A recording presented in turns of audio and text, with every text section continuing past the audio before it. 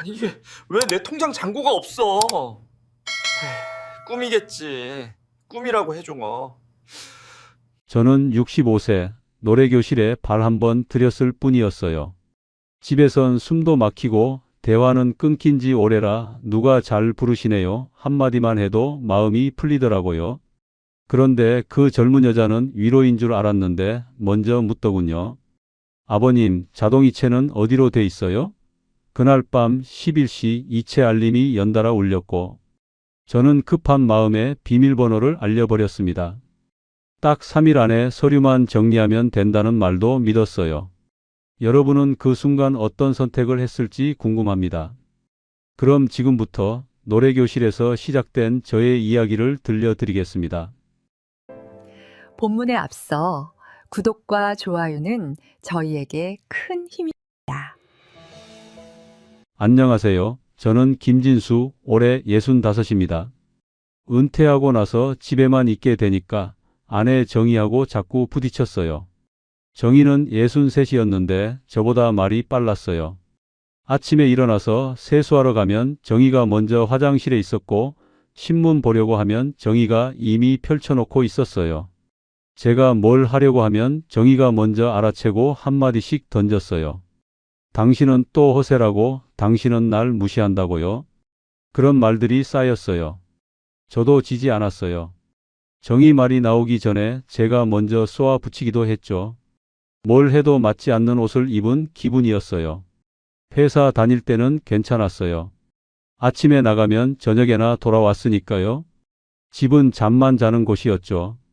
근데 은퇴하고 나니까 하루 종일 같은 공간에 있게 됐어요. 정희도 저도 서로한테 익숙하지 않았어요. 정희는 정희대로 혼자만의 리듬이 있었고 저는 그 리듬에 끼어들 틈이 없었어요. 거실 소파에 앉아 있으면 정희가 청소한다고 비켜달라고 했고 부엌에 가면 요리한다고 나가 있으라고 했어요. 제가 있을 곳이 없더라고요. 어느 날 병원에 갔어요. 정희 약을 받으러 간 날이었는데 정희는 진료실에 들어가고 저는 대기실 의자에 앉아 있었어요. 사람들이 많았어요. 다들 나이 지긋한 분들이었고 기침 소리가 여기저기서 났어요. 저는 그냥 멍하니 앞을 보고 있었어요. 그러다가 눈앞에 꽂혀 있는 전단지를 봤어요. 동네 노래교실 모집 안내였어요. 컬러로 인쇄된 종이였는데 사진에는 사람들이 마이크 잡고 웃고 있었어요. 사람들 속에 있으면 숨이 좀 트일까 싶었어요. 집에서 정희 얼굴만 보고 있으면 말끝이 자꾸 날카로워졌거든요. 전단지에는 매주 화요일, 목요일 오후 2시라고 적혀 있었어요. 수강료도 적혀 있었는데 비싸지 않았어요. 저는 전단지를 조심스럽게 뽑아서 접어서 주머니에 넣었어요. 정희한테 들키고 싶지 않았거든요. 뭐라고 할 게 뻔했으니까요. 정희가 진료 끝나고 나왔어요. 약 봉투 들고요. 제가 뭘 하고 있었냐고 물었지만 저는 그냥 기다렸다고만 했어요. 집으로 돌아오는 길에 정희는 계속 약 이야기를 했어요. 의사가 뭐라고 했는지, 다음에 언제 와야 하는지요. 저는 대충 듣는 척 했어요. 머릿속은 노래교실 생각뿐이었거든요. 그날 저녁에 정희한테 말했어요. 밥 먹고 설거지 끝나고 나서요. 노래교실 다니겠다고요. 정희는 리모컨 들고 TV 보다가 고개를 돌렸어요. 별로 관심 없는 표정이었어요. 알아서 하라고 했어요. 그 무뚝뚝한 대답이 괜히 서운했어요. 뭐라도 물어봐 주길 바랐나 봐요. 언제 가냐, 어디서 하냐, 그런 거라도요. 근데 정희는 다시 TV만 봤어요. 저는 더 이상 말하지 않았어요. 다음 날 아침 일찍 나갔어요. 전단지에 적힌 주소를 찾아서요. 동네 커뮤니티 센터 3층이었어요.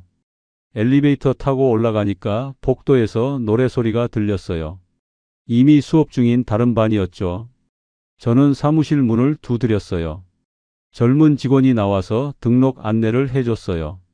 신분증 보여주고 서류에 이름 적고 수강료 냈어요.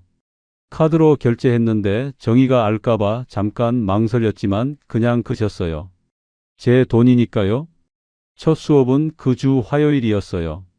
점심 먹고 1시간쯤 쉬다가 집을 나섰어요. 정희한테는 산책 간다고 했어요. 거짓말이 아니라 애매하게 말한 거였죠. 정희는 알았다고만 했어요. 관심 없어 보였어요. 커뮤니티 센터에 도착했을 때는 10분 정도 일찍 도착했어요. 교실 문이 열려 있었고 안에 이미 사람들이 몇 명 앉아 있었어요. 다들 나이 지긋한 분들이었고 여자분들이 훨씬 많았어요. 남자는 저 포함해서 셋 분이었죠. 저는 뒤쪽 자리에 앉았어요. 눈에 띄고 싶지 않았거든요. 강사는 젊은 여자분이었어요. 30 중반쯤 돼 보였고 머리를 한쪽으로 묶고 있었어요. 목소리가 밝았어요. 인사하면서 오늘은 발성 연습부터 한다고 했어요. 노래 부르는 게 아니라 소리 내는 연습이래요. 다들 따라 했어요. 아 하고 소리 내고 입모양 바꾸고 박수 치고요. 생각보다 쉬웠어요. 부담 없었죠. 쉬는 시간에 한 분이 제 옆에 앉았어요. 박소연이라고 자기소개를 했어요. 나중에 알고 보니 53이었어요. 저보다 12살 어렸죠. 그런데 그 나이가 별로 안 느껴졌어요. 소연 씨는 차분했고 말도 부드러웠어요. 처음 만난 날인데도 저한테 편하게 말을 걸었어요. 아버님 목소리 좋으시다고 오늘 발성 제일 잘하셨다고 했어요. 그 말이 얼마나 오랜만에 듣는 칭찬인지 몰랐어요. 정희한테는 몇 년째 칭찬이란 걸 못 들었거든요. 소연 씨가 물 한 병을 건넸어요. 제가 가방에서 물통을 꺼내려는 걸 보고 미리 준비한 거래요. 편의점에서 산 생수였어요. 그 작은 친절이 마음을 흔들었어요. 정희는 제가 물을 찾아도 그냥 지나쳤거든요. 알아서 챙기라고요. 그런데 소연 씨는 그냥 웃으면서 건네줬어요. 고맙다고 했더니 소연 씨는 아무것도 아니라고 다음에도 챙겨오겠다고 했어요. 수업 끝나고 집으로 오는 길에 기분이 좀 나았어요. 오랜만에 밖에 나와서 사람들 만나니까 답답한 게 조금 풀린 것 같았어요. 집에 들어갔을 때 정희는 저녁 준비를 하고 있었어요. 산책 어땠냐고 물었는데 저는 그냥 좋았다고만 대답했어요. 노래교실 이야기는 하지 않았어요. 그날 밤에 단톡방 초대 알림이 왔어요. 노래교실 단톡방이었어요. 사람이 20명쯤 있었고 다들 인사 나누고 있었어요. 저도 인사했어요. 소연 씨도 있었어요.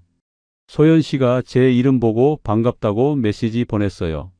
며칠 뒤 단톡방에 공지가 올라왔어요. 다음 달에 작은 발표회를 한다는 내용이었어요. 강사님이 올린 거였는데 신청은 자유고 참가비는 따로 없다고 했어요. 저는 별로 관심이 없었어요. 사람들 앞에서 노래 부르는 건 부담스러웠거든요. 그냥 수업만 다니고 싶었어요. 근데 소연 씨한테 개인 톡이 왔어요. 단톡방 말고요. 아버님, 내일 발표회 신청 도와드릴게요. 라는 메시지였어요. 저는 잠깐 당황했어요. 제가 발표회 한다고 한 적이 없었거든요. 근데 거절하기가 애매했어요. 소연 씨가 친절하게 말한 거니까요. 다음 날 수업이 끝나고 소연 씨가 저를 불렀어요. 발표회 신청서를 보여주면서 같이 작성하자고 했어요. 저는 안 하겠다고 말하려다가 그냥 따라갔어요. 소연 씨가 웃으면서 괜찮다고 어렵지 않다고 했거든요. 다들 한다고 아버님도 한번 해보시라고 했어요. 신청서는 간단했어요. 이름 적는 칸이랑 곡 제목 적는 칸, 그리고 연락처 적는 칸이 있었어요. 소연 씨가 제 이름을 대신 적어줬어요. 곡은 나중에 정하면 된대요. 천천히 생각해 보시라고 했어요. 그런데 신청서 맨 아래에 작은 글씨가 있었어요. 연습비 및 대관비 자동이체 동의라는 체크 칸이었어요. 저는 그걸 보면서 잠깐 멈칫했어요. 자동이체요? 참가비 없다고 하지 않았나요? 소연 씨가 제 표정을 보더니 웃으면서 설명했어요. 참가비는 없는데 개인 연습하실 때 강사님 레슨이랑 음향 장비 쓸 때 비용이 조금 든대요. 근데 그것도 원하시는 분만 하는 거래요. 저는 고개를 끄덕였어요. 그럼 저는 안 해도 되냐고 물었더니 소연 씨가 일단 체크는 해두는 게 좋대요. 나중에 필요하면 쓰고 안 쓰면 안 빠져나간대요. 그렇게 말하니까 괜찮은 것 같았어요. 저는 체크하려고 펜을 들었어요. 그때 소연 씨가 말했어요. 제가 대신 눌러드릴까요? 라고요. 그 웃음이 너무 자연스러웠어요. 저는 그냥 펜을 내려놓고 소연 씨한테 맡겼어요. 소연 씨가 신청서에 체크하고 서명란에도 뭔가 적었어요. 빠르게요. 신청서를 제출하고 나오는데 소연 씨가 말했어요. 발표회 준비 재미있을 거래요.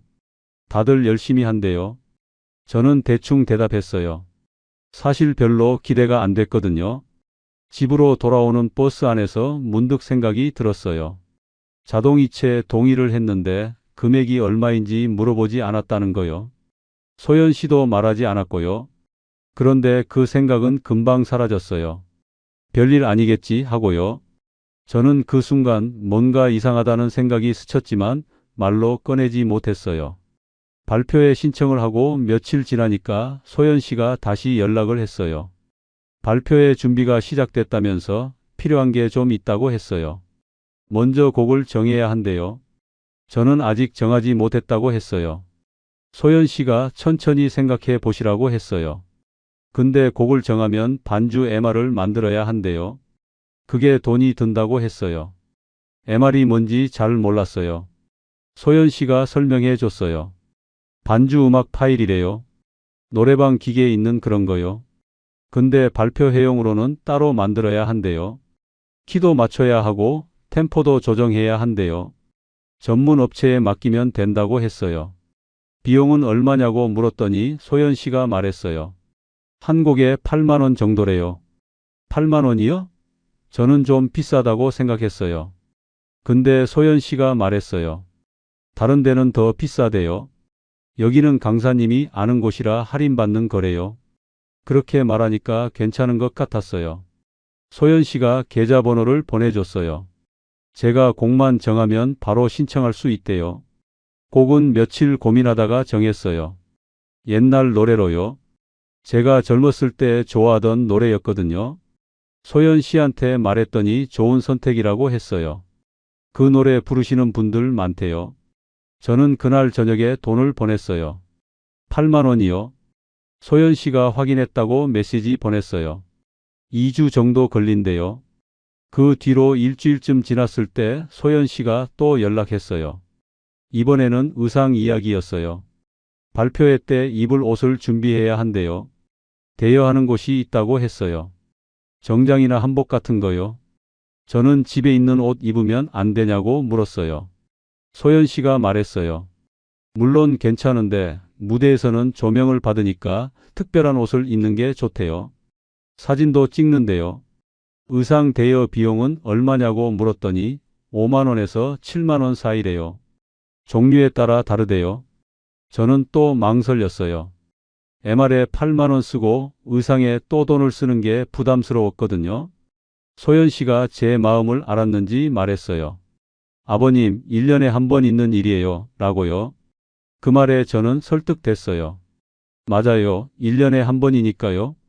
의상은 제일 저렴한 걸로 골랐어요. 검은색 정장이었어요. 5만 원이었죠.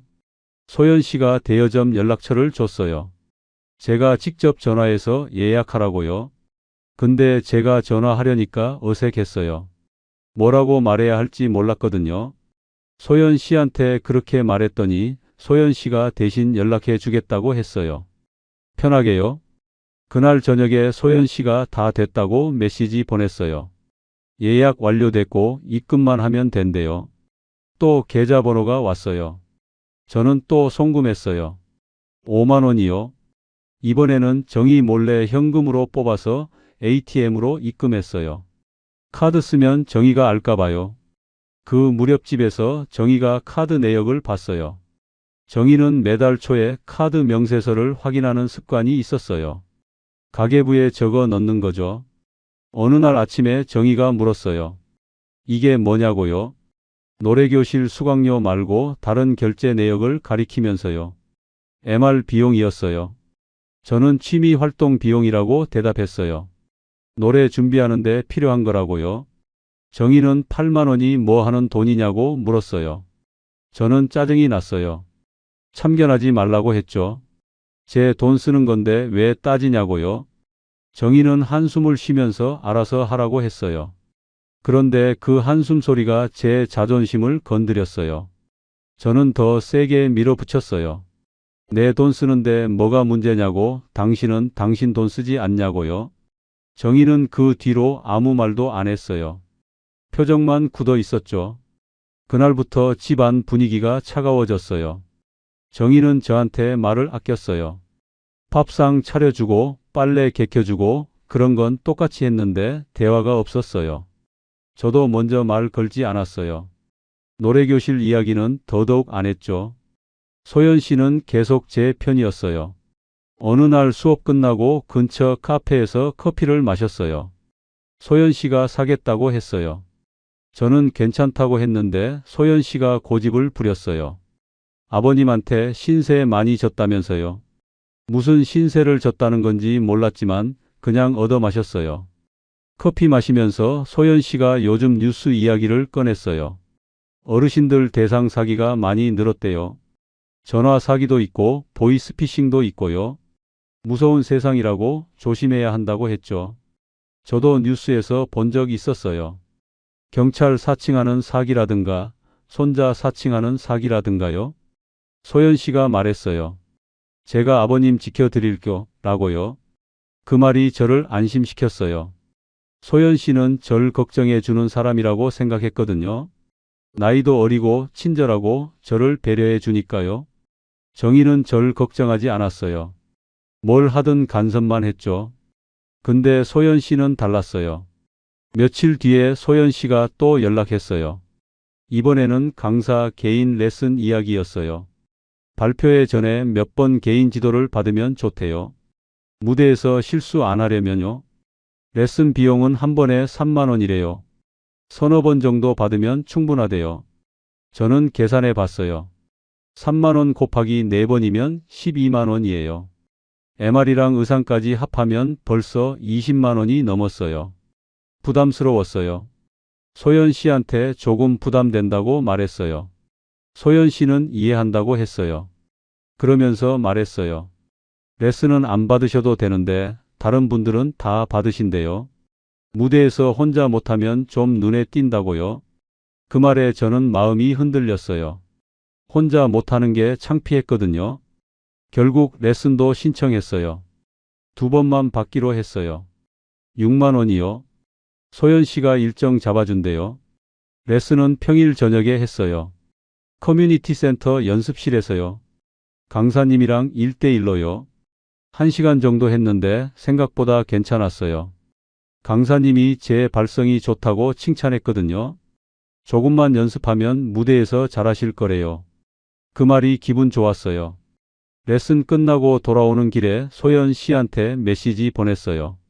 레슨 잘 받았다고요? 소연 씨가 답장 왔어요. 다행이래요. 그리고 물었어요.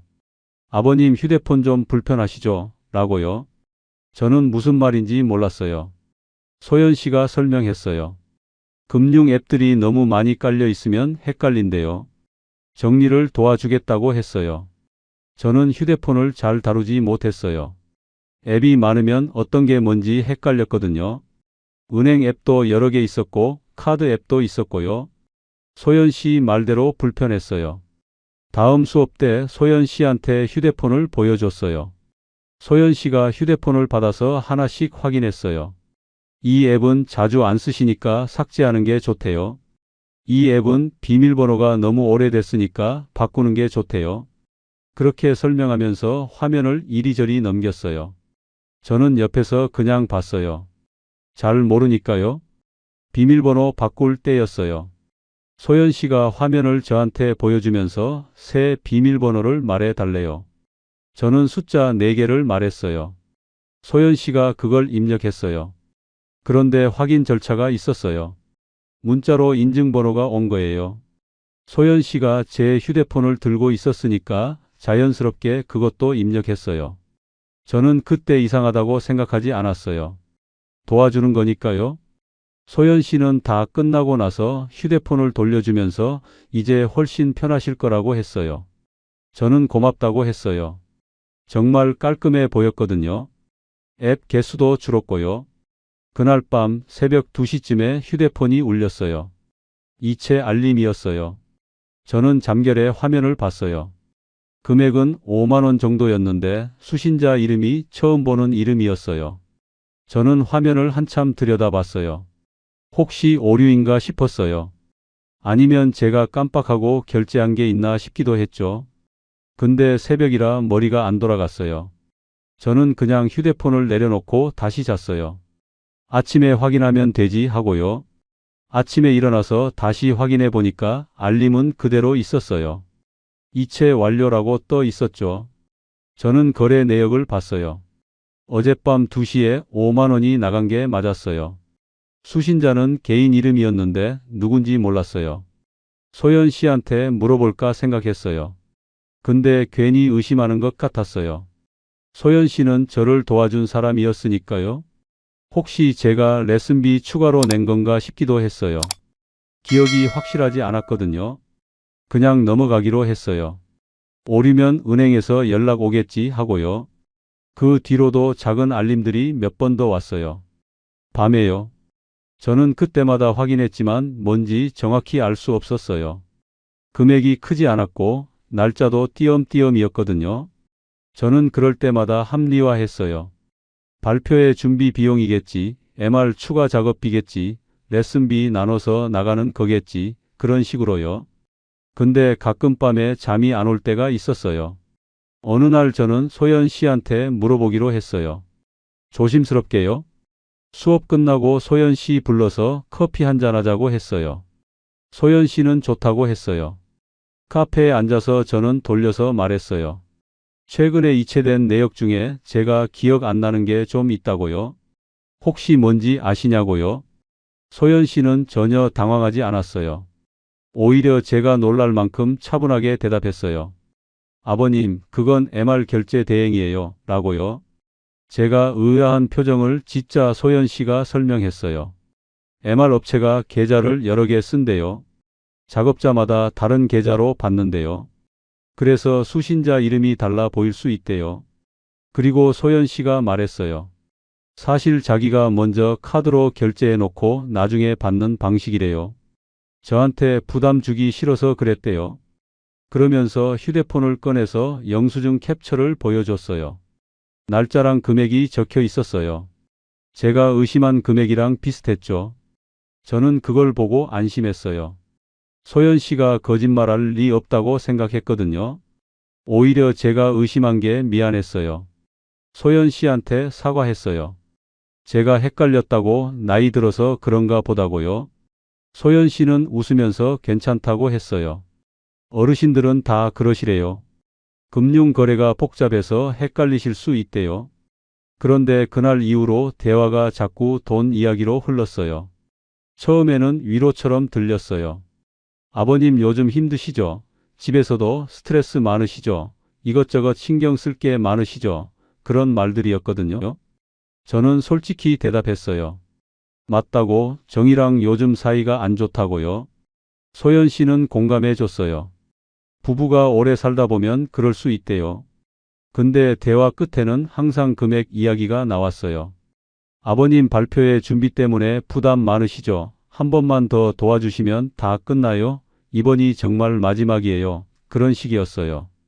그때마다 저는 또 돈을 보냈어요. 3만 원, 5만 원 그런 금액들이요. 작은 돈이었지만 쌓이고 있었어요. 노래교실에서도 소연 씨는 저를 챙겼어요. 다른 사람들 앞에서 일부러 제 편을 들어줬어요. 한 번은 다른 할머니 한 분이 제 노래에 대해 뭐라고 했어요. 음정이 좀 불안하다고요. 그러자 소연 씨가 바로 끼어들었어요. 아버님이 제일 열심히 하시는데 왜 그러시냐고, 목소리도 좋으시고 발성도 정확하시다고 말해줬죠. 그 할머니는 그냥 웃고 넘어갔어요. 저는 그때 소연 씨한테 고마웠어요. 그 말들이 저를 더 깊이 끌어당겼어요. 소연 씨 없이는 노래교실도 편하지 않을 것 같았거든요. 다른 사람들은 그냥 인사만 하고 말았는데 소연 씨는 저를 신경 써줬어요. 어느 날 소연 씨가 심각한 표정으로 말했어요. 발표에 의상 문제가 생겼대요. 원래 대여하기로 한 정장이 사이즈가 안 맞을 것 같대요. 대여점에서 확인해 봤는데 아버님 체격이랑 안 맞는데요. 맞춤으로 해야 할 것 같다고 했어요. 맞춤 의상이요? 저는 놀랐어요. 비용이 얼마나 드냐고 물었어요. 소연 씨가 조심스럽게 대답했어요. 25만 원 정도 든대요. 생각보다 컸어요. 저는 잠깐 망설였어요. 이미 MR이랑 레슨비로 20만 원 넘게 썼는데 여기에 또 25만 원을 쓴다고요? 소연 씨가 제 표정을 보더니 말했어요. 다른 분들은 다 맞춤으로 한대요. 대여는 한두 분만 하신대요. 무대에서 사진 찍을 때 옷 때문에 티 나면 좀 그렇지 않겠냐고요. 저는 그 말에 마음이 흔들렸어요. 혼자 대여 옷 입고 있으면 창피할 것 같았거든요. 남들은 다 맞춤인데 저만 빌린 옷이면요. 결국 맞춤으로 하기로 했어요. 소연 씨가 재단사 연락처를 줬어요. 직접 연락해서 치수 재러 가야 한대요. 근데 예약금을 먼저 내야 한대요. 10만 원이요. 저는 그날 바로 보냈어요. 소연 씨가 알려준 계좌로요. 그때쯤 통장 잔액을 확인했어요. 많이 줄어 있었어요. 원래 200만 원 정도 있었는데 100만 원 조금 넘게 남았어요. 저는 적금을 들여다봤어요. 몇 년 동안 부은 돈이 1,000만 원쯤 있었거든요. 만기까지 아직 6개월 남았지만 해지하면 목돈이 나왔어요. 저는 고민했어요. 적금을 깨야 하나 말아야 하나요? 발표회만 끝나면 더 이상 돈 쓸 일이 없을 거라고 생각했어요. 의상 장금이랑 마지막 레슨비만 내면 끝이니까요. 정리만 잘하면 된다고요. 소연 씨한테 말했어요. 적금 해지를 생각 중이라고요. 발표회 비용 때문에 통장이 좀 빠듯하다고요. 소연 씨는 조심스럽게 물었어요. 정말 괜찮으시냐고요? 중도 해지하면 이자 손해 보시는데요. 저는 괜찮다고 대답했어요. 어차피 제 돈이고 필요하면 쓰는 거니까요. 소연 씨는 그럼 제가 같이 가드리겠다고 했어요. 은행 업무 복잡하니까 도와드리겠다고요. 혼자 가시면 은행 직원 설명 듣기 어려우실 거래요. 저는 고맙다고 했어요. 사실 은행 가는 게 좀 부담스러웠거든요. 직원들이 이것저것 물어보면 대답하기 어려웠어요. 다음 날 소연 씨랑 같이 은행에 갔어요. 오전 11시쯤이었어요. 사람이 좀 있었어요. 번호표 뽑고 기다렸는데 소연 씨가 옆에 앉아서 계속 얘기해 줬어요. 긴장하지 말라고, 간단한 절차라고요. 제 차례가 됐어요. 창구에 앉았어요. 직원이 용건을 물었고 저는 적금 해지하러 왔다고 했어요. 직원이 통장 달라고 해서 건넸어요. 확인하더니 중도 해지 맞냐고 물었어요. 저는 맞다고 했어요. 직원이 이자 계산해서 보여줬어요. 만기까지 기다리시면 80만 원 더 받으신다고요. 저는 괜찮다고 했어요. 지금 필요하니까요. 직원이 해지 이유를 물었어요. 개인적인 용도라고 대답했어요. 직원은 더 이상 묻지 않고 서류를 내밀었어요. 중도 해지 동의서였어요. 저는 서류에 도장을 찍었어요. 소연 씨가 옆에서 지켜봤어요. 잠시 후에 직원이 현금이랑 통장을 건네줬어요. 930만 원이었어요. 현금으로 받기엔 많아서 제 보통 예금 통장으로 넣어달라고 했어요. 직원이 처리하는 동안 소연 씨가 제 팔을 가볍게 쳤어요. 잘하셨대요. 은행을 나오는데 소연 씨가 종이 한 장을 건넸어요. 은행에서 나눠주는 홍보 전단지인 줄 알았어요. 저는 무심코 받아서 주머니에 넣었어요. 소연 씨랑 커피 한 잔하고 헤어졌어요. 나중에 집에 와서 주머니를 비우다가 그 종이를 꺼냈어요. 펼쳐봤어요. 그건 은행 홍보 전단지가 아니었어요. 대출 상담 예약 안내 종이였어요. 제 이름이 이미 적혀 있었고 연락처도 적혀 있었어요. 소연 씨는 며칠 뒤에 다시 연락을 했어요. 발표회 준비가 거의 끝났는데 마지막으로 필요한 게 있다고 했어요. 무대 조명이랑 음향 장비를 업그레이드 해야 한대요. 원래 계획보다 참가자가 많아져서 장비를 더 좋은 걸로 바꿔야 한대요. 그 비용을 참가자들이 나눠서 내는 거래요. 인당 얼마냐고 물었더니 20만 원 정도래요. 저는 또 놀랐어요. 이미 많이 썼는데 또 20만 원이라고요? 소연 씨가 말했어요. 다들 내신대요. 안 내면 발표에 참가가 어려울 수도 있대요. 저는 고민했어요. 여기까지 왔는데 포기하기도 아깝고요. 그런데 소연 씨가 다른 이야기를 꺼냈어요.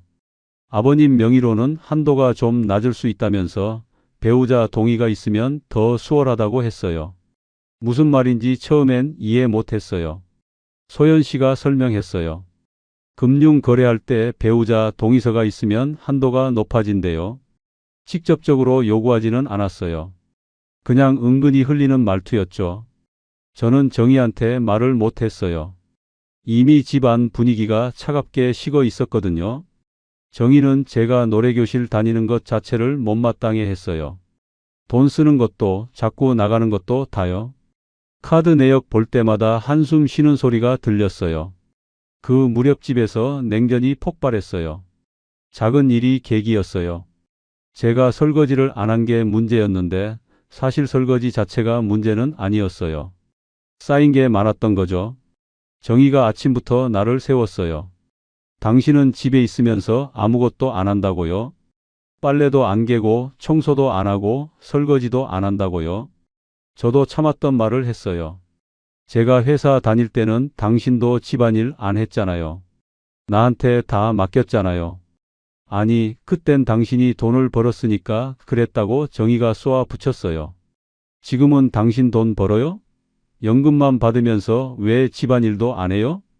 그 말에 화가 났어요. 저도 목소리를 높였어요. 당신도 날 무시하잖아. 내가 뭘 해도 당신은 인정 안 하잖아. 노래교실 다니는 것도 당신은 반대했잖아요. 정의가 반박했어요.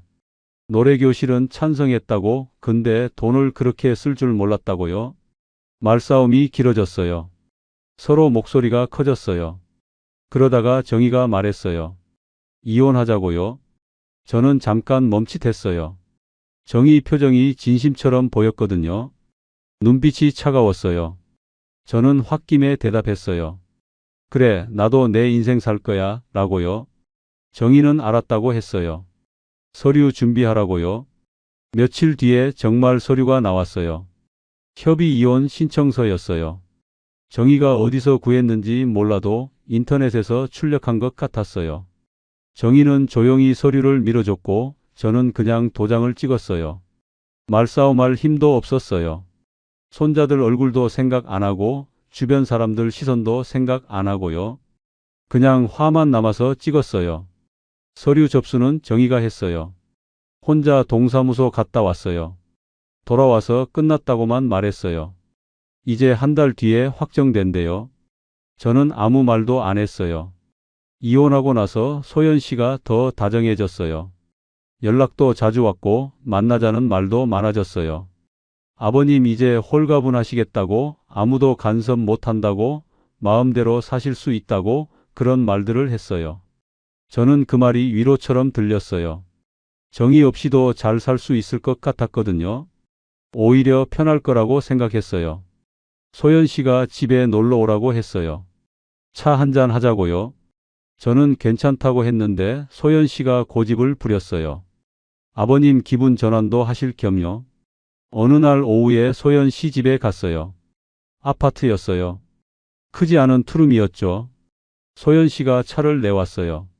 녹차였어요. 과자도 내놓고요. 저는 소파에 앉아서 차를 마셨어요. 소연 씨는 이것저것 물어봤어요. 요즘 어떻게 지내시냐고, 집에서 불편한 건 없냐고요. 저는 대충 대답했어요. 괜찮다고요.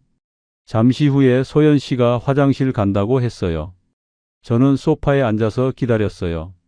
거실을 둘러봤어요. 깔끔했어요. 테이블 위에 소연 씨 가방이 있었어요. 가방 입구가 열려 있었고 안에 서류 뭉치가 보였어요. 저는 무심코 봤어요. 가방 안을 들여다본 건 아니고 그냥 눈에 띈 거예요. 그건 위임장이었어요. 서류 제목이 보였거든요. 동일한 양식이었는데 이름만 달랐어요. 서너 장 있었어요. 제 이름은 없었지만 양식 자체가 낯익었어요. 전에 소연 씨가 보여준 서류랑 비슷했거든요. 위임 내용도 비슷했고요. 저는 왜 위임장이 여러 장일까 생각했어요. 그것도 이름이 다른 거요. 혹시 소연 씨가 여러 사람 도와주는 건가요? 근데 이상했어요. 다 같은 양식이고 같은 내용인데 이름만 다르다니요. 저는 가방에서 눈을 떼고 창밖을 봤어요. 아무것도 안 본 척 했어요. 소연 씨가 화장실에서 나왔을 때 저는 그냥 차를 마시고 있었어요. 소연 씨는 아무것도 모르는 것 같았어요. 그날 집으로 돌아오면서 계속 그 위임장이 머릿속을 맴돌았어요.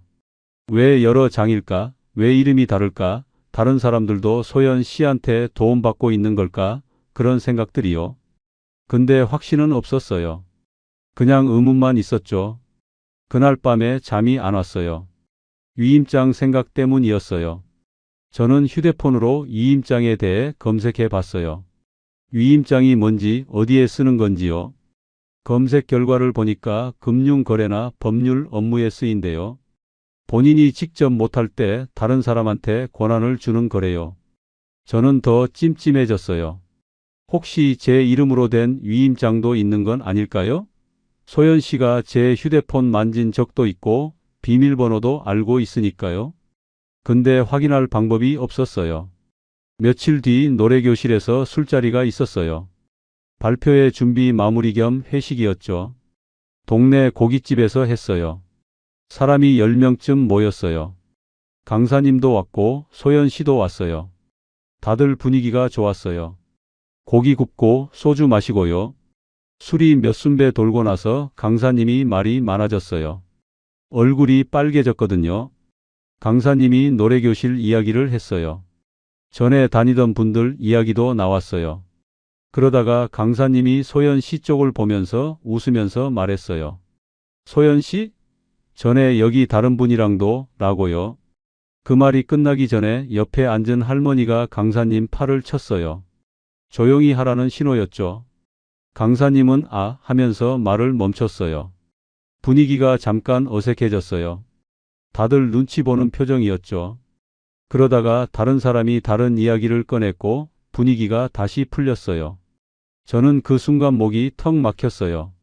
강사님이 무슨 말을 하려고 했던 걸까요? 소연 씨가 전에 다른 분이랑 뭘 했다는 걸까요? 저는 소연 씨를 봤어요. 소연 씨는 아무렇지 않게 고기를 먹고 있었어요. 표정 변화가 없었어요. 술자리가 끝나고 집으로 오는 길에 저는 계속 그 말을 생각했어요. 전에 다른 분이랑도 라는 말이요. 무슨 의미였을까요? 다음 날 저는 은행에 갔어요. 거래 내역을 자세히 확인하고 싶었어요. 혼자요. 소연 씨한테는 말하지 않았어요. 창구에 앉아서 거래 내역 출력해 달라고 했어요. 직원이 기간을 물었고 저는 최근석 달치를 달라고 했어요. 직원이 프린터 돌리는 소리가 났어요. 종이가 나왔을 때 생각보다 길었어요. 이체 내역이 많았거든요. 저는 은행 나와서 근처 카페로 갔어요. 구석자리에 앉아서 종이를 펼쳤어요. 내역을 하나씩 봤어요. 날짜별로 정리하면서요. 소연 씨한테 보낸 돈들이 있었어요. MR 비용, 의상 비용, 레슨비 그런 것들이요. 근데 이상한 게 있었어요. 같은 날 다른 계좌로도 돈이 나간 기록이 있었거든요. 수신자 이름이 달랐어요. 박소연이 아니라 다른 이름들이었어요. 처음 보는 이름들이었죠. 김모, 이모, 정모 이런 식으로 성만 나와 있었어요. 금액은 작았어요. 3만 원, 5만 원, 10만 원 그 정도였죠. 근데 횟수가 많았어요. 석 달 동안 20건이 넘었어요. 저는 퍼즐을 맞추듯이 내역을 정리했어요. 날짜별로 묻고 금액별로 나누고요. 메모장에 적으면서 계산했어요. 소연 씨 이름으로 간 돈이 60만 원쯤 됐고 다른 이름으로 분산된 돈이 40만 원쯤 됐어요. 합치면 100만 원이었죠. 거기에 제가 기억하는 현금 지출까지 합하면 150만 원이 넘었어요. 그 중에는 제가 전혀 기억 못하는 이체도 있었어요. 새벽 시간대에 나간 돈들이요. 제가 자고 있을 시간이었어요. 자동이체로 빠져나간 건가요? 근데 자동이체는 보통 낮에 처리되는 거 아닌가요? 결정타는 따로 있었어요. 정기이체 내역이었어요. 발표회 대관비라는 명목으로 매달 15만 원씩 빠져나간 기록이 있었어요. 석 달 동안요. 저는 그걸 보고 멈췄어요. 대관비를 매달 낸다고요? 발표회는 한 번인데요. 저는 수신처를 확인했어요. 노래교실 이름이 아니었어요. 전혀 다른 업체 이름이었어요. 문화기획사 같은 이름이었는데 처음 보는 곳이었어요. 저는 그 이름을 휴대폰으로 검색해 봤어요. 아무것도 안 나왔어요. 홈페이지도 없고 주소도 없고요. 실체가 없는 것 같았어요. 저는 노래교실에 전화했어요. 강사님이 받았어요. 제가 대관비를 매달 이체했냐고 물었더니 강사님은 잘 모르겠다고 했어요. 노래교실 비용은 수강료 외에는 따로 받지 않는다고요. 발표회 대관도 교실에서 일괄 처리한다고 개인한테 돈 받지 않는다고 했어요. 그럼 제가 보낸 돈은 어디로 간 거냐고 물었지만 강사님도 답을 못했어요. 혹시 다른 업체랑 계약하신 거 아니냐고 물었어요. 저는 아니라고 했어요. 제가 계약한 건 노래교실 뿐이라고요. 강사님은 미안하다고만 했어요. 도와드릴 수가 없대요. 저는 다음 수업날 소연 씨를 찾으려고 교실에 갔어요. 평소보다 일찍 도착했어요. 소연 씨가 올 때까지 기다리려고요. 근데 소연 씨가 안 나왔어요. 수업 시작 시간이 지나도 안 왔어요. 저는 다른 사람들한테 물어봤어요. 소연 씨 못 봤냐고요? 다들 모른다고 했어요. 오늘 안 온다고요? 수업 끝나고 소연 씨한테 전화했어요. 연결이 안 됐어요. 꺼져 있다는 멘트가 나왔어요. 문자도 보냈어요. 읽음 표시가 안 떴어요. 단톡방에도 메시지 남겼어요. 소연 씨 어디 갔냐고요? 근데 답이 없었어요. 다음 날 단톡방을 확인했는데 제가 강퇴돼 있었어요. 노래교실 단톡방에서요. 누가 강퇴시킨 건지 몰랐어요. 관리자가 누군지도 몰랐고요. 저는 당황했어요. 왜 강퇴당한 거죠? 그날 저녁에 집으로 돌아왔는데 현관 우편함에 등기 봉투가 와 있었어요. 두껍고 노란 봉투였어요. 수신인을 봤어요. 이정희요. 정희 앞으로 온 서류였죠. 이혼했는데도 이 주소로 온 거예요. 저는 봉투를 뜯어봤어요. 정희 거지만 확인은 해야 할 것 같았거든요. 안에 서류가 여러 장 있었어요. 법률 용어가 많아서 이해하기 어려웠어요. 근데 제목은 알아볼 수 있었어요. 연대보증 및 채무 관련 통지서였어요. 내용을 읽어봤어요. 정희 이름이 보증인으로 들어가 있었어요. 채무 금액도 적혀 있었는데 500만 원이었어요. 저는 이해가 안 됐어요. 정희가 뭘 보증했다는 거죠? 저는 서류를 자세히 봤어요. 채무자 이름이 나와 있었어요. 제 이름이었어요. 김진수요. 그리고 보증인이 이정희였고요. 언제 이런 계약을 한 거죠? 저는 기억이 안 났어요. 보증을 선 적이 없는데요. 정희도 모를 텐데요. 이혼했는데도 정희 이름이 왜 여기 있는 거죠? 저는 서류를 들고 정희한테 전화했어요. 정희는 차갑게 받았어요. 뭐냐고요? 제가 서류 이야기를 하자 정희는 한숨을 쉬었어요. 자기도 같은 서류 받았대요. 당신이 뭘 한 건지 모르겠지만 내 이름을 함부로 쓴 거 아니냐고 따졌어요. 저는 아무 말도 못했어요. 정희가 말했어요. 변호사 상담 받아야겠다고. 이거 큰일 났다고요. 그리고 전화를 끊었어요. 저는 멍하니 서류를 봤어요. 며칠 뒤에 저는 소연 씨 실명을 확인했어요. 노래교실 명단에 있는 이름이랑 제가 이체한 계좌 이름을 대조했거든요. 교실 사무실에 가서 물어봤어요. 박소연이라는 사람 연락처 알 수 있냐고요? 직원이 명단 확인해 줬어요. 근데 박소연이라는 이름은 없대요. 저는 사진을 보여줬어요. 제 휴대폰에 있는 소연 씨 사진이요. 같이 찍은 셀카였어요. 직원이 보더니 아 하고 말했어요. 이분이요? 이분은 이름이 다른데요? 직원이 명단을 가리켰어요. 다른 이름이 있었어요. 박소연이 아니었어요. 저는 그 이름을 휴대폰에 적었어요. 집에 와서 그 이름을 검색해 봤어요. 포털 사이트에 뉴스 기사가 나왔어요. 몇 년 전 기사였는데 노인 대상 금융 사기로 문제가 됐던 사람이었어요. 같은 이름이었어요. 사진도 있었는데 소연 씨랑 비슷하게 생겼어요. 확신은 없었지만 같은 사람 같았어요. 기사 내용을 읽었어요. 노래교실이나 종교 모임에 참석해서 노인들과 친해진 다음 금융 거래를 도와준다며 돈을 빼돌렸다는 내용이었어요. 여러 명한테 같은 수법을 썼대요. 피해 금액이 수천만 원이었고요. 저는 그제야 알았어요. 저는 며칠 동안 아무것도 못했어요. 집에만 있었어요. 밥도 제대로 안 먹었고 TV도 안 봤어요. 그냥 소파에 앉아서 천장만 봤어요. 머릿속이 하였어요. 생각이 정리가 안 됐거든요. 제가 무너진 이유를 생각해 봤어요. 젊은 여자 때문이 아니었어요. 소연 씨가 젊고 예쁘고 친절했던 건 맞지만 그게 전부는 아니었어요. 외로움 때문만도 아니었죠. 물론 외로웠어요. 정이랑 사이도 안 좋았고 집에서 할 일도 없었고요. 근데 그것만으로 설명이 안 됐어요. 경고는 계속 있었어요. 이상한 이체 알림이 새벽에 왔을 때, 정희가 카드 내역 보면서 물어봤을 때, 대출 상담 예약 종이를 받았을 때, 위임장 여러 장을 봤을 때, 강사님이 술자리에서 말실수했을 때요. 다 경고였어요. 근데 저는 그걸 다 무시했어요. 이체 알림은 오류라고 생각했고, 정희 말은 참견이라고 치부했고, 대출 상담 종이는 그냥 홍보물이라고 넘겼고, 위임장은 다른 사람 도와주는 거라고 합리화했고, 강사님 말은 그냥 술김이라고 무시했어요. 왜 그랬을까요? 체면 때문이었어요. 제가 틀렸다는 걸 인정하기 싫었거든요.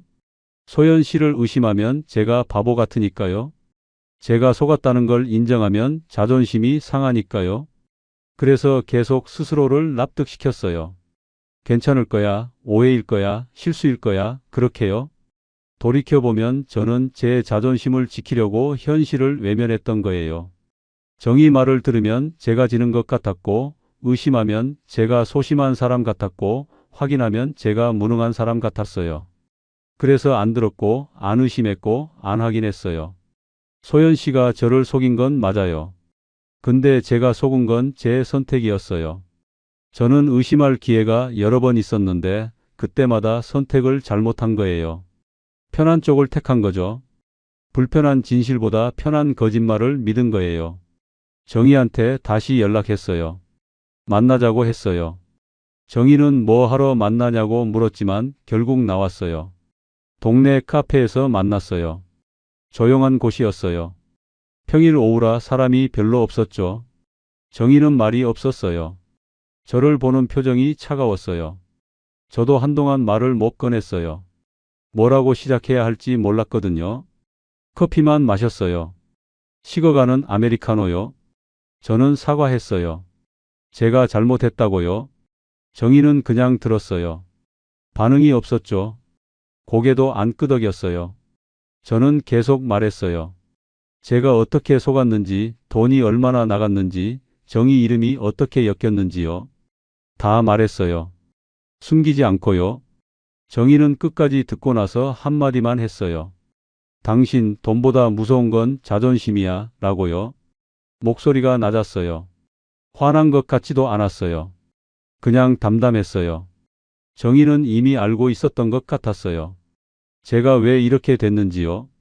정희는 그 뒤로 말을 아꼈어요. 화를 내거나 따지지 않았어요.